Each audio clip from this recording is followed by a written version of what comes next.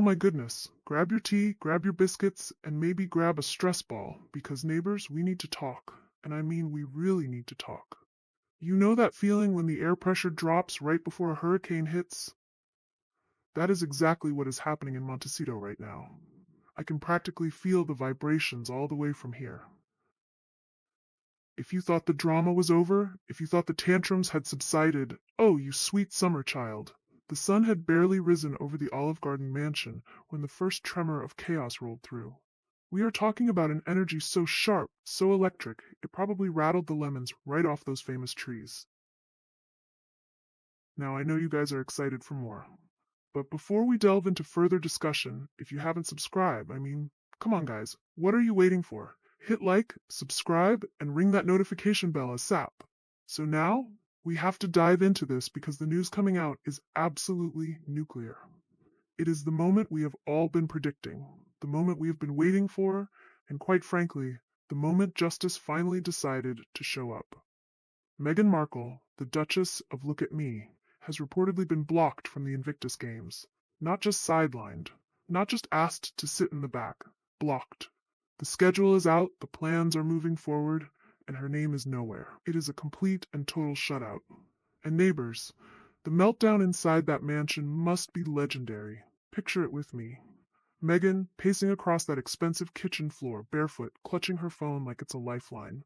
The silk robe is flaring behind her with every dramatic turn. You know the one. The I'm a victim but make it fashion look. She isn't just irritated. She isn't just offended. She is furious. Because for the first time in a long time, someone has told her no. And not just anyone. The very organization that Harry built. The very platform she hijacked to turn into her own personal runway show. And why is this happening? Let's be real. It's because her popularity in the UK is lower than a snake's belly. I saw a comment saying her approval ratings are way, way lower than Sadiq Khan's UAZ cameras. And if you know anything about London right now, you know those cameras are about as popular as a root canal without anesthesia.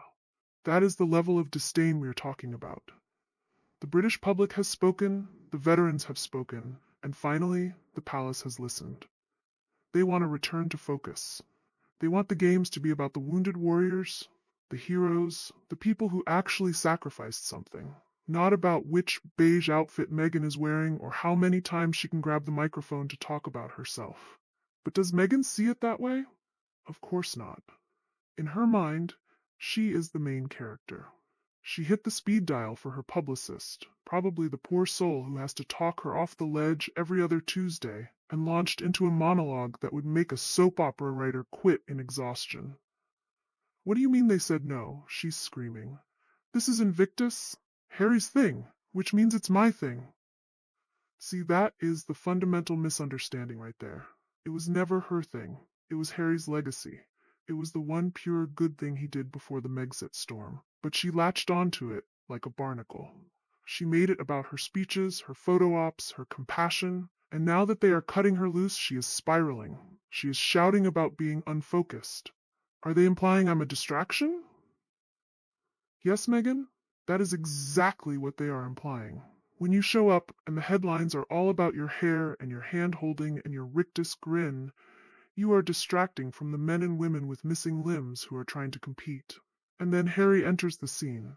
Poor, brainwashed Harry. He walks in with his mug of tea, probably looking like he hasn't slept in 3 years, trying to play peacemaker. Meg, love, let's just breathe. Oh, Harry, you cannot tell a hurricane to breathe. She spins around on him. Don't you breathe me. They're excluding me from your legacy project. Do you know what that looks like? It looks like sanity, Meghan. It looks like the adults are finally back in the room. But to her, it looks like erasure.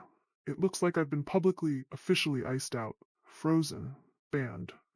And she is right. It is a ban. It is the palace saying we are done with the circus. She wants to release a statement.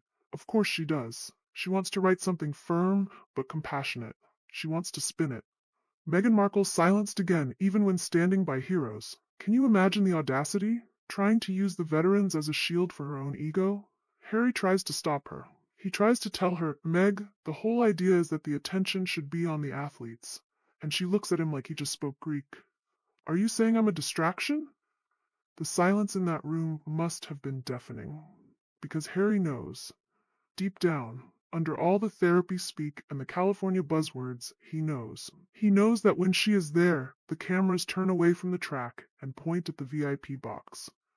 He knows that the veterans get pushed to page 6 while her outfit gets page 1. And for the first time, he is actually trying to hold the line. He tells her, the committee thinks, and she loses it. The committee? I supported you. I flew across continents. I shook hands. I hugged strangers who smelled like airport lounges. Wow, just wow. Strangers who smelled like airport lounges. If that doesn't tell you everything you need to know about her elitism, I don't know what will.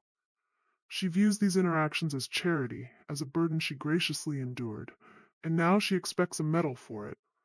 She expects to be worshipped for doing the bare minimum of a royal spouse, showing up. And let's contrast this, just for a second, with the real royals. Look at Princess Catherine. When she shows up to a charity event, she shines the light on the cause. She asks questions. She listens. She doesn't grab the mic and give a 20-minute word salad speech about her own journey. She makes it about them. That is why she is beloved. That is why the cameras love her. Not because she demands attention, but because she commands respect. Meghan demands attention and commands nothing but eye rolls.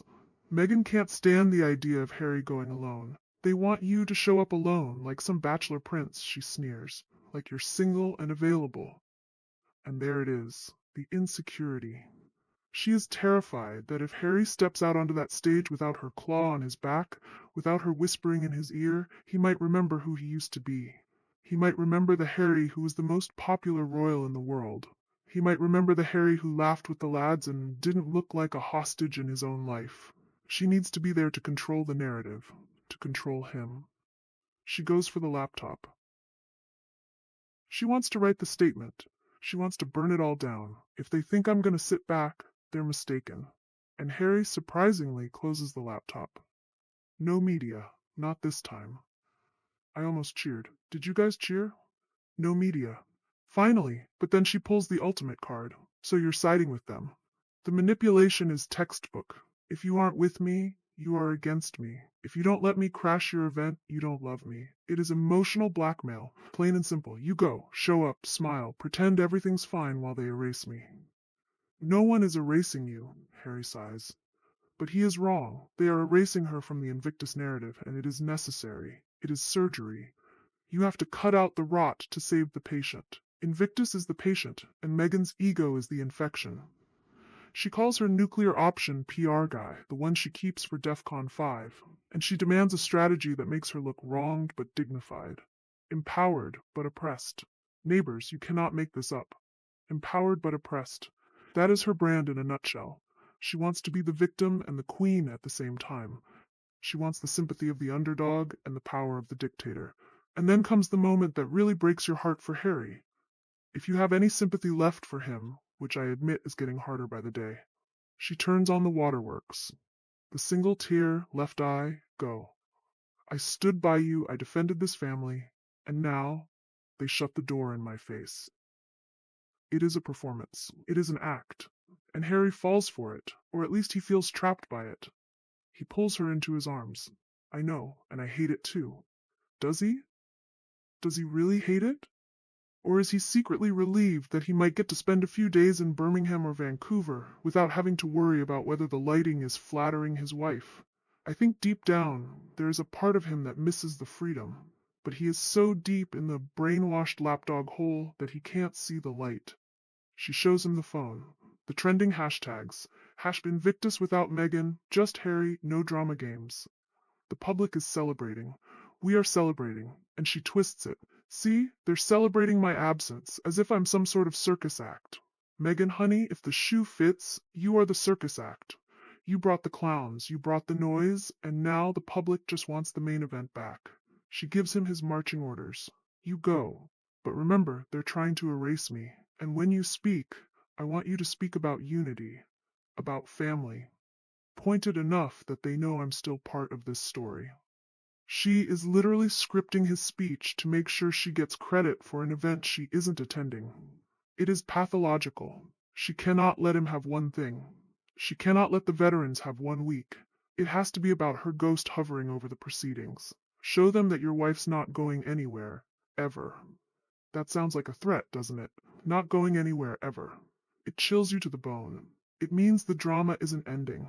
It means she is going to fight this tooth and nail. She's going to leak stories. She's going to stage paparazzi walks. She's going to release photos of her cheering from home just to steal the headlines. But here is the thing, neighbors. This is a win. A massive win. The fact that the Invictus Committee, and by extension the Palace, has the backbone to say no is a turning point. It shows that the Meghan effect is officially toxic. They know that having her there hurts the brand. They know that donors are closing their checkbooks because they don't want to fund her wardrobe. They know that the veterans are sick of being props. So let her pace, let her scream, let her call her PR team at 3 a.m. The world is waking up. The Sadik Kang cameras might be unpopular, but Meghan Markle has achieved the impossible. She has united the world in annoyance. And as Harry walks out that door, promising to carry her message, he looks more like a defeated man than ever. But maybe, just maybe, when he gets on that plane alone, he will take a deep breath of fresh air and remember what it feels like to be free. I want to know what you guys think. Is this the end of Meghan at Invictus? Will she force her way back in? Do you think Harry will actually stick to the script she gave him? Or will he go rogue? And seriously, how funny is it that she thinks smelling like an airport lounge is an insult to regular people? Drop your comments below. Let's get into it. I read every single one, and I know you guys have the best takes. Let's keep watching, because if there's one thing we know about Meghan, she doesn't go down without a fight. And usually, that fight involves a lot of broken crockery. Until next time, neighbors, keep your standards high and your toxin-free coffee hot. See what I did there? Had to sneak it in. Cheers, ta-ta, and bye for now.